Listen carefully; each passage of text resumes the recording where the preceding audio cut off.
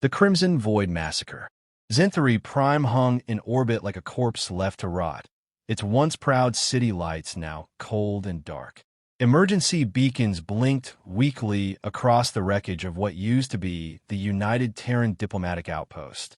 Burned metal, frozen bodies drifting. No survivors. From the bridge of the Crimson Void flagship Red Dagger, War Chief Kells Vor watched the aftermath with no emotion. His cybernetic eye recorded the destruction. Behind him, his lieutenants laughed and toasted with stolen Terran wine. "Let the humans come," Vor growled, his gravel voice transmitting across unsecured frequencies. "We'll hang their peacekeepers next." The message echoed across 1,000 systems. It was meant as a taunt, but to the Terrans, it was a declaration of war. At the heart of Earth's Defense Command, buried beneath the Atlantic Ocean in a fortress known only as the Abyss, the Terran Security Council gathered.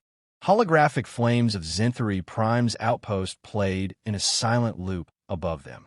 "We've tried diplomacy," said Counselor Ibrahim, shaking his head. "Again and again. Every agreement violated, every treaty spat upon. Do we risk open war?"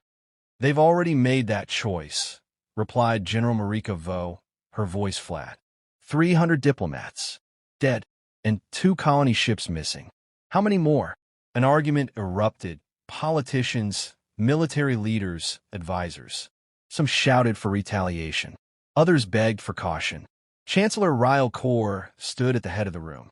He was silent through it all, hands folded behind his back, eyes fixed on the projection. Then, he spoke only one sentence. "Unleash the trackers." Silence fell like a blade. Miles beneath Mars' southern pole, hidden from all star charts, was Facility Thorn, an old Terran black site. No windows, no access to comms, just freezing corridors, artificial gravity, and thick steel walls humming with power. In one of its deepest cryo chambers, a status light turned from red to green. The ice hissed, pistons retracted, pressure adjusted. Inside, a man opened his eyes. His name was Jace Renner, though the galaxy knew him only as Ghost. He stepped out of the cryo tube naked, scarred and silent. A technician tried to speak, but Ghost ignored him. He knew the routine. Shower, medical scan, suit up, briefing. He had done this before, too many times to count. The facility's director met him in the war room. Zinthari Prime was hit. Crimson Void. Full massacre. Orders are clear, no survivors. Ghost looked at the holographic faces of the syndicate leaders. "Who else is coming?" "Kale. Drek. You 3 are the spear." He nodded once. "When do we leave?" "Now." Vera Kale was a cyber warfare savant with implants wired so deep even the facility's AI couldn't track her thoughts. She spoke in code, moved like smoke, and had brought down planetary economies with a flick of her wrist. Kano Drek was the opposite. 2 meters tall, built like a dropship with titanium grafts in his spine and fists designed for close-quarters brutality. He'd killed a mercenary battalion by collapsing the ceiling on them with his bare hands. Together with Ghost, they were trackers, not soldiers, not assassins. Something in between. They didn't serve. They collected. Ghost stepped aboard the Judgment, their sleek, black-hulled ship with no registry and a silence field capable of passing undetected through most scanners. As they prepped for launch, Vera glanced over. "Zinthari?" she asked. Ghost nodded. "Time to clean the galaxy again," Kano muttered, loading his modified slug cannon. The ship launched with no fanfare. No send-off, only silent war. From orbit, the Judgment coasted toward Crimson Void territory. It was unarmed. It needed no weapons. The crew were the weapons.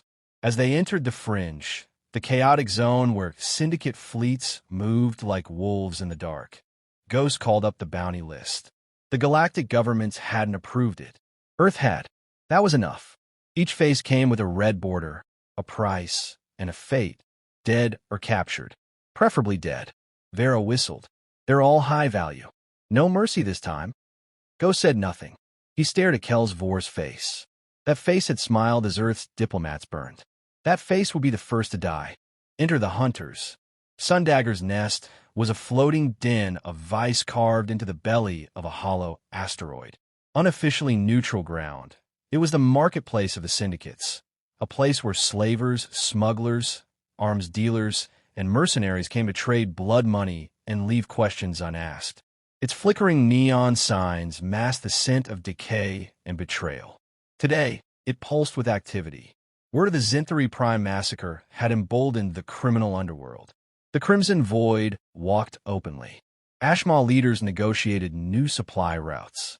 The Skara Clade auctioned Terran weapon prototypes they'd stolen from dead hands. But all that heat masked a cold wind. 3 strangers moved through the crowd. Ghost wore a civilian flight jacket, his face hidden beneath a low-visor helmet. Vera Kale trailed behind, her eyes scanning through multiple data streams via neural implant. Kano Drek was unmissable, but even hulking brutes were common here. His real threat was hidden beneath his slow, deliberate gait and false disinterest. They moved like ghosts. Trackers had been extinct, the galaxy thought. But extinction was only camouflage.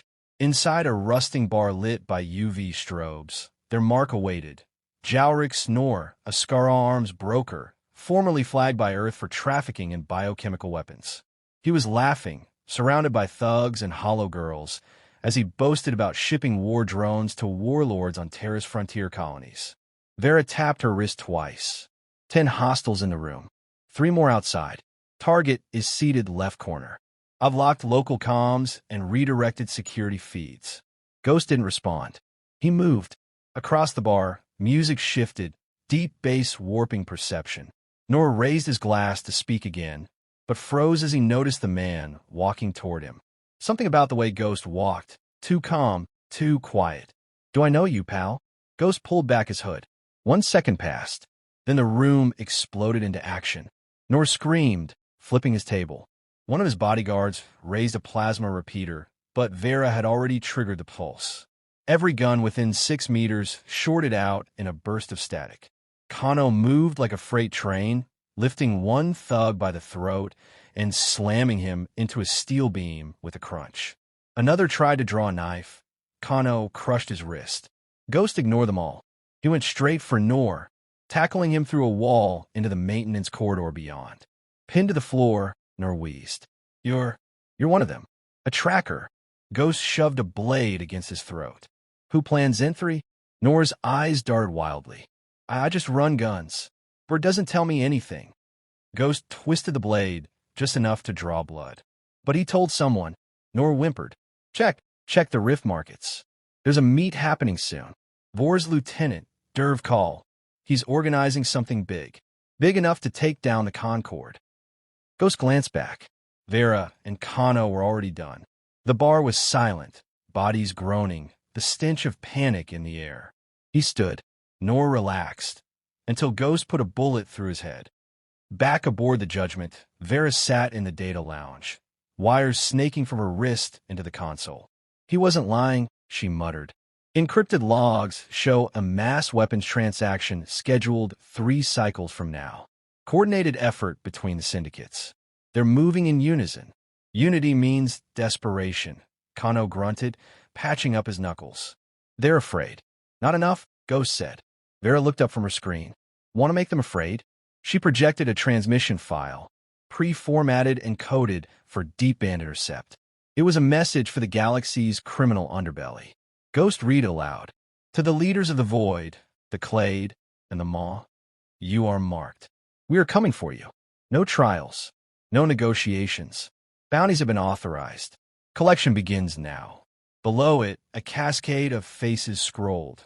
Syndicate leaders, financiers, enforcers. Each labeled, dead or captured. Send it, Ghost said. The message burst out across the black, bouncing from pirate relays to backwater channels. All of them knew the symbol burned into the final frame. A black skull marked with the Earth insignia. The tracker seal. Far across the galaxy, in a palace carved from obsidian, Kel's Vor watched the transmission. His smug expression darkened. So the Terrans still have teeth, he muttered. He turned to his guards. Put a bounty on their heads. 1 million credits per corpse. I want those trackers flayed. The guards nodded, but none looked confident. Vor clenched his fist. Find me Derv Call. If the humans want war, We'll give them a galaxy in flames. Back on the Judgment, the trackers plotted their next move. The rift markets, deep in a lawless gravity well, would be a death trap if they weren't careful. Good. Ghost holstered his weapon. Time to make the galaxy remember why it feared us. War in the shadows. The rift markets were not a place so much as a wound, wedged between collapsing binary stars, orbiting a dying gas giant whose atmosphere shimmered with radioactive storms. The syndicates called it neutral ground. To the trackers, it was a target-rich environment. The Judgment coasted into orbit in blackout mode.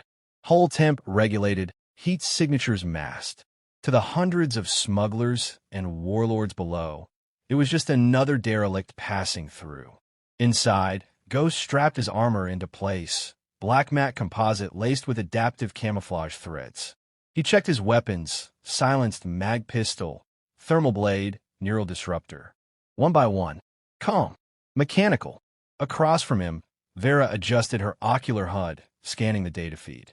"Dervcall is here," she said. Confirmed visual. Crimson Void Lieutenant.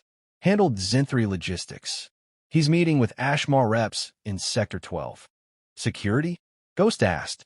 30 guards. Maybe more. They're paranoid. Kano chuckled from the back. Good. Makes it interesting. Sector 12 was built inside the decaying ribs of an ancient ship graveyard. Twisted metal beams formed passageways like bones in a beast skeleton. Shadows moved constantly. Traitors, thieves, killers, all watched by drones and mercenaries. Ghost moved first.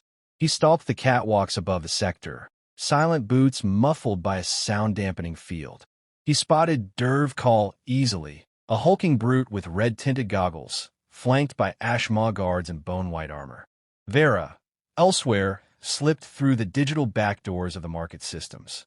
Her mind danced through firewalls, shutting down security feeds, redirecting drone patrols, forging access credentials. 3 minutes, she said. Then the alarms come back online. Plenty, Ghost replied. He dropped from the rafters like a wraith. 2 guards died before they could draw.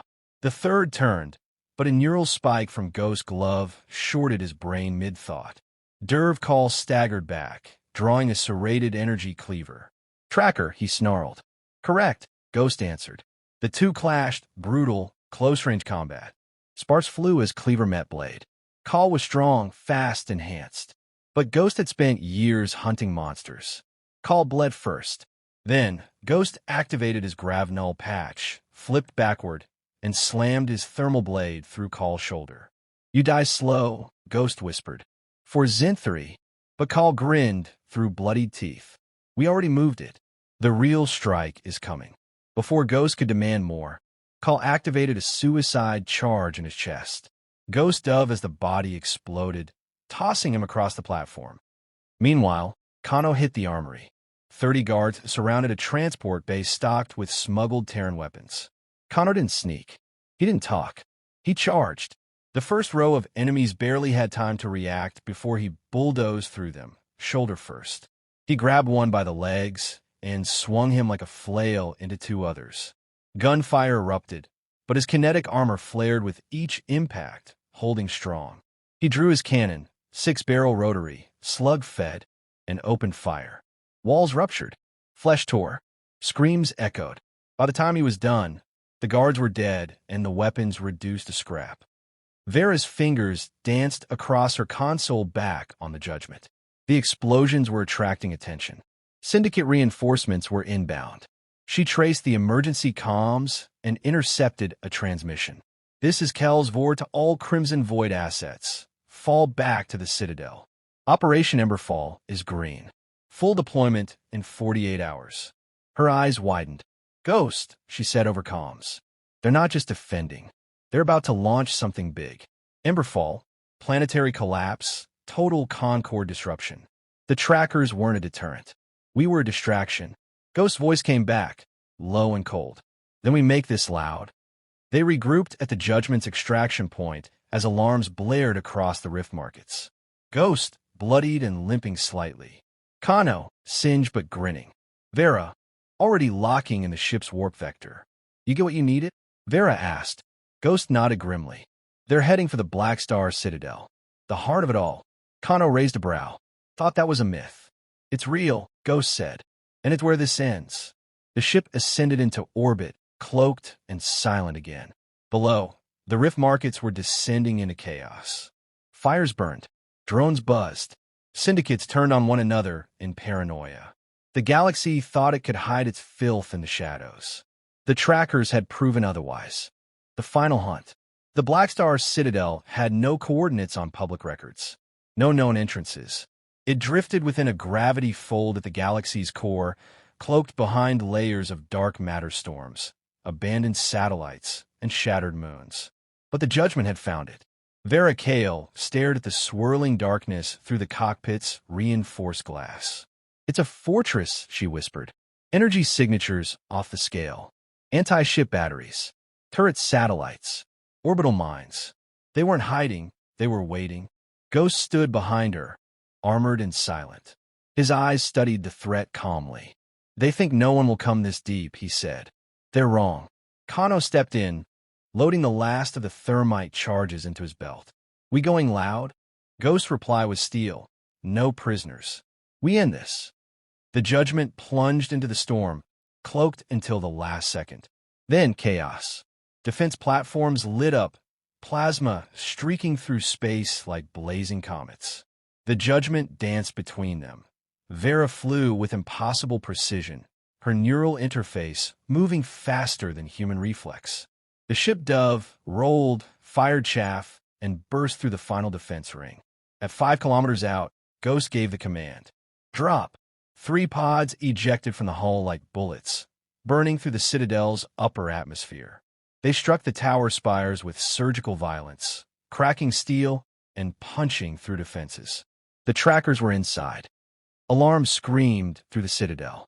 Syndicate soldiers swarmed, unaware of who had breached the walls. It didn't matter. Kano direct charged the first line of defense, knocking one guard's head clean off with a punch. He slammed through a reinforced bulkhead and ripped open a heavy vault door with his bare hands, clearing a path to the reactor core. "Going to blow the spine out of this place," he growled into comms. Vera moved like a ghost through the command level, fingers tapping into wall consoles, disabling sensors and triggering firewalls. She unleashed a logic bomb into the Citadel's comm system, blasting the tracker's warning into every hall. "You terrorized the stars. You slaughtered the innocent. Now, humanity collects." The panic that followed shattered morale. Soldiers fled. Officers hid. Doors failed. Systems collapsed. Ghost went for the throne. Kelsvor was in the Citadel's upper sanctum, surrounded by Crimson Void elites, armed to the teeth and wearing custom armor. But the moment Ghost stepped into the chamber, silence fell. The two locked eyes across the polished obsidian floor. "You came alone," were sneered. Ghost holstered his pistol. Didn't need anyone else. Vor laughed and gestured to his guards. "Kill him." The first guard lunged. Ghost moved faster. Blade drawn, he sidestepped the attack and drove his knife under the helmet visor. One down. 2 more charged. He rolled, drew his mag pistol double-tapped. Headshot. Throat. It became a dance, brutal, efficient. One by one, the elite fell. Not because they were slow, but because Ghost Renner was bred for one purpose: to hunt the monsters who thought they were untouchable. Finally, only Vor remained. He tried to run. Ghost tackled him hard, sending both sprawling across the obsidian dais. Vor fought back, surprisingly strong, enhanced like Ghost, faster than human. The two warriors brawled, fists slamming into armor, blood smearing the floor. "Zinthri burned because we let it," Vor hissed. "We showed the galaxy's strength. You showed them cowardice," Ghost snarled. He slammed Vor's head in the ground, once, twice, until the Crimson Void leader gurgled in his own blood. Ghost stood over the body, chest heaving. Then he turned on his body cam and broadcast live. The image of Kel's Vor's broken body, transmitted across hundreds of channels, beamed to neutral systems, Concord outposts, criminal dens. The face of the galaxy's greatest butcher ended by human hands. Elsewhere in the Citadel, Kano planted the last of the explosives. "Vera, ready?" "All clear," she said, sprinting toward the evac point. "Time to take out the trash." They regrouped in a hangar, Ghost bloodied but alive. The judgment descended, picking them up just as the Citadel's core began to overload. They rose from the fire. Behind them, the Black Star's Citadel exploded, an artificial star lighting the void. The shockwave roared through the gravity well, vaporizing debris, syndicate corpses, and 20 years of criminal empire in one final scream. Days later, broadcasts continued to echo. Crimson Void collapsed. Ashmaw splintered. Skaraw clayed, leaderless. The trackers confirmed operational. A message from Earth's Chancellor closed the loop. Humanity is no longer seeking peace with murderers. We are enforcing it. Inside the judgment, orbiting quietly over neutral space, the three trackers sat in silence. "Think the galaxy got the message?" Vera asked. Ghost didn't answer. He simply uploaded the next list of targets. Kano cracked his knuckles. "Where to next?" Ghost looked out the viewport, into a star-strewn abyss filled with monsters. "Wherever they run."